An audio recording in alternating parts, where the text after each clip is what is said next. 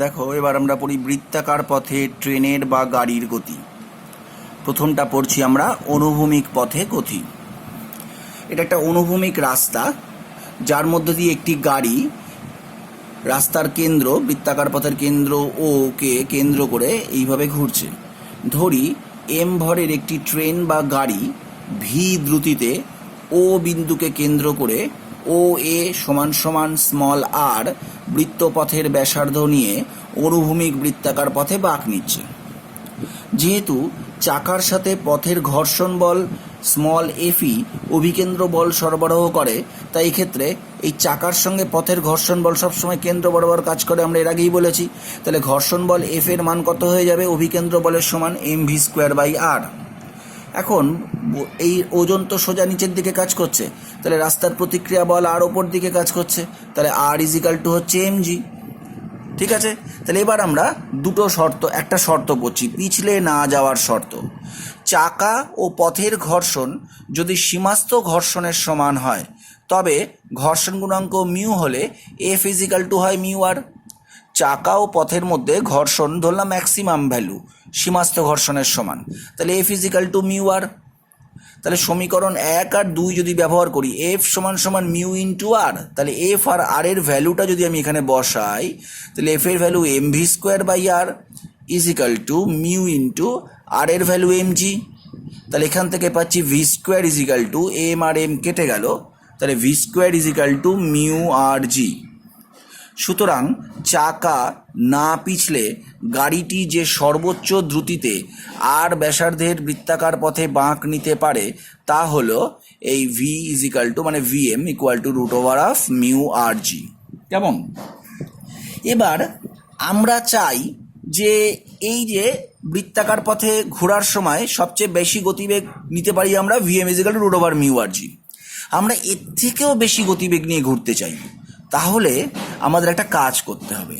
যেটা করতে হবে সেটা হচ্ছে রাস্তার এই বাঁকটাকে আর অনুভূমিক রাখা চলবে না। যদি এই বাঁকটাকে সামান্য একটু কোণ হেলিয়ে দিই, ঠিক আছে, এই ও এর সঙ্গে সামান্য একটা কোণ, ধরো থিটা কোণ, যদি আমরা এরকম রাস্তাটাকে হেলিয়ে দিই তাহলে আমরা দেখেছি যে এই ভিএম এর থেকেও বেশি গতিবেগ নিয়ে বাঁক নেওয়া যায়। ওই যে কোণ করে থাকা রাস্তাটা, সেটাকে বলা হয় পথের ব্যাংকিং বা বৃত্তপথের ব্যাংকিং। কাকে বলবো? বাঁকের মুখে গতিশীল গাড়ির দুর্ঘটনা এড়ানোর জন্য, বাঁকের মুখে গতিশীল গাড়ির দুর্ঘটনা এড়ানোর জন্য রাস্তাকে ঢালু করে অভিকেন্দ্র বল যোগান করা হয়। রাস্তাকে ঢালু করে, এই দিক বরাবর ঢালু করে আমরা অভিকেন্দ্র বল যোগান দিই ওই বস্তুকে বা ওই গাড়িকে। এইভাবে রাস্তা তৈরি করাকে রাস্তার ব্যাংকিং বা ব্যাংকিং অফ রোডস বলা হয়। রাস্তা অনুভূমিক তলের সাথে যে কোণ করে তাকে ব্যাংকিং কোণ বা অ্যাঙ্গেল অফ ব্যাংকিং বলা হয়।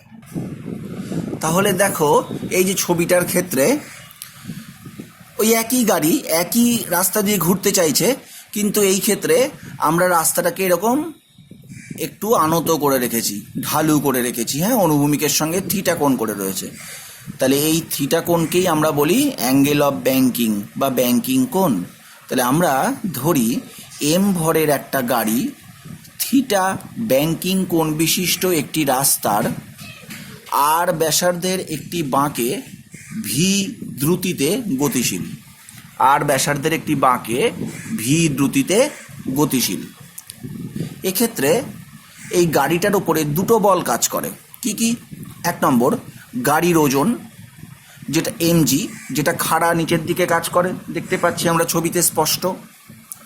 আর একটা রাস্তার তলের সাথে লম্বভাবে গাড়ির ওপর রাস্তার প্রতিক্রিয়া বল ক্যাপিটাল আর, যেটা তলের সঙ্গে লম্বভাবে কাজ করছে। এখন দেখো এই কোণটা থিটা হলে এই অ্যাঙ্গেলটার ভ্যালুও থিটা হয়, এবং জ্যামিতির সাহায্যে প্রমাণ করা যায় এই অ্যাঙ্গেলটাও থিটা হবে। এই যে আর, তার সঙ্গে থিটা কোণ করে এই উপাংশের মান তাহলে হবে আর কস থিটা, যেই আর কস থিটা এমজিকে প্রশমিত করছে, আর এই আর কস থিটার সঙ্গে লম্ব উপাংশ হবে আর সাইন থিটা। এই আর সাইন থিটা এখানে কি করছে, গাড়ি তো এই দিকে ঘুরতে চাইছে, তাহলে গাড়ি ঘোরার জন্য প্রয়োজনীয় কি বল, অভিকেন্দ্র বল। তাহলে এই আর সাইন থিটা যেহেতু কেন্দ্র বরাবর কাজ করছে, রাস্তার বৃত্তপথের কেন্দ্র বরাবর, তাহলে এই আর সাইন থিটা গাড়ির ক্ষেত্রে অভিকেন্দ্র বল সরবরাহ করছে। তাহলে গাড়ি যদি এম ভরের এই গাড়ি যদি ভি দ্রুতিতে ঘুরতে চায় আর ব্যাসার্ধের বৃত্তাকার পথে, তাহলে গাড়িটার ওপর প্রযুক্ত অভিকেন্দ্র বল কত, এম ভি স্কোয়ার বাই আর। আমরা অনেকবার প্রমাণ করেছি এটা। তাহলে আর কস থিটা ইজিক্যাল টু আমরা লিখছি এম জি, ঠিক আছে, আর আর সাইন থিটা লিখছি এম ভি স্কোয়ার বাই আর।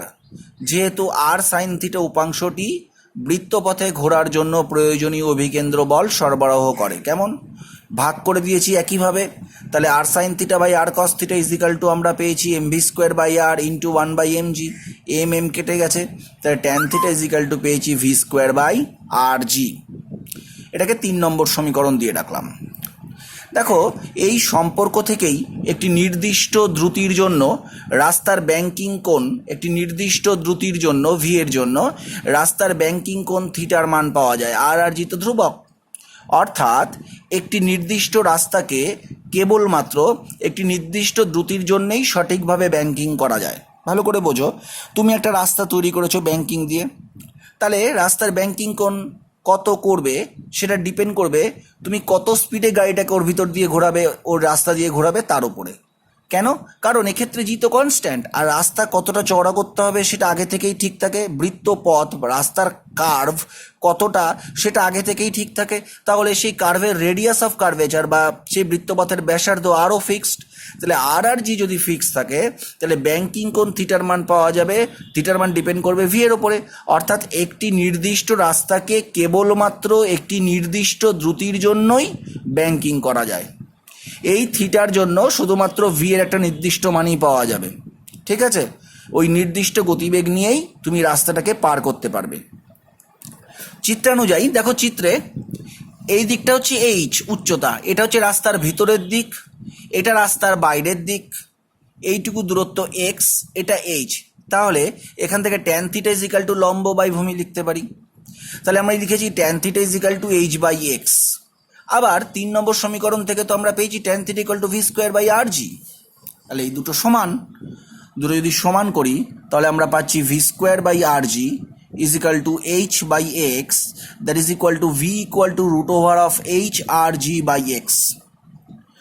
এই সম্পর্কটি, এই যে সম্পর্কটা পেলাম, এই সম্পর্কটি ব্যাংকিং যুক্ত বৃত্তাকার পথে গাড়ির সর্বোচ্চ দ্রুতি নির্দেশ করে। একটা ব্যাংকিং যুক্ত বৃত্তাকার পথে গাড়ি ম্যাক্সিমাম কত ভেলোসিটি নিয়ে যাবে সেই সম্পর্কটাকে ডিফাইন করে সেই ভি এর value, V equal to root over of H R G by x.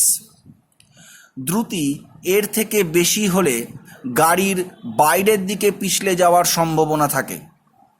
সবসময় আমরা দেখেছি, যখন অনুভূমিক বৃত্তাকার পথে পড়েছি তখনও দেখেছি যে সাইকেলের পিছলে যাওয়ার সম্ভাবনা বা গাড়ির পিছলে যাওয়ার সম্ভাবনা কোন দিকে থাকে, বৃত্তপথের কেন্দ্রের বাইরের দিকে। তাহলে এই যে যদি বৃত্তপথ হয় তার কেন্দ্র তো এই দিক বরাবর, তাহলে তার বাইরের দিকে মানে এই দিক বরাবর, এই রাস্তা বরাবর এই বাইরের দিকে গাড়ির পিছলে যাওয়ার সম্ভাবনা থাকবে। কখন? যদি ভি এর মান এর থেকে বেশি হয়।